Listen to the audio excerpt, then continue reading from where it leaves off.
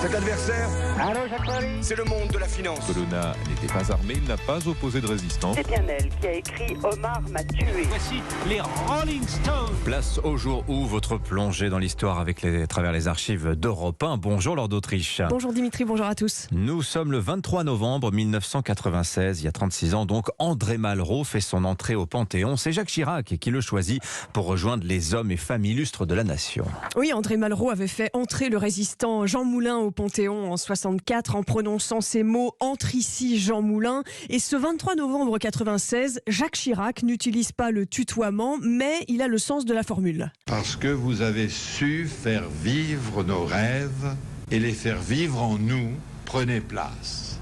André Malraux, dans le Panthéon de la République. André Malraux, écrivain, aventurier, combattant antifasciste, de la guerre d'Espagne à ses expéditions en Chine, il a fait de sa vie une légende. Esprit libre aussi, il avait offert comme parrain à son fils le nom d'un collaborateur, Pierre Drieux-La Rochelle, par fidélité à l'amitié. Le jour de son entrée au Panthéon, ce 23 novembre 96, beaucoup dans le public saluent le résistant qu'il a été en 44. Moi je suis venue parce que je suis une ancienne résistante, donc Malraux c'est notre grand homme, c'est notre modèle. Il a toute sa vie défendu la liberté, la justice sous tous les cieux.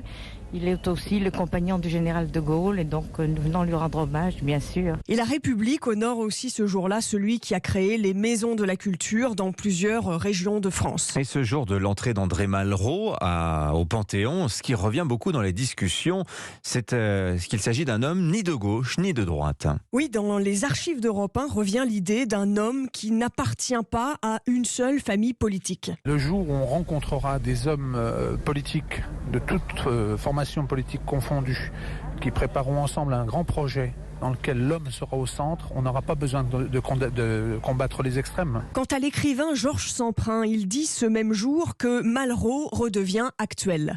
Sans doute parce qu'il a défendu des valeurs très fortes au moment des crises, et qu'aujourd'hui nous sommes dans un moment de crise, et que les gens ont besoin de valeurs fortes. Après la cérémonie ce jour-là, André Malraux a rejoint le caveau numéro 6 au Panthéon, celui où se trouve Jean Moulin. Merci Lord d'Autriche. Révélation Europe 1 ce matin en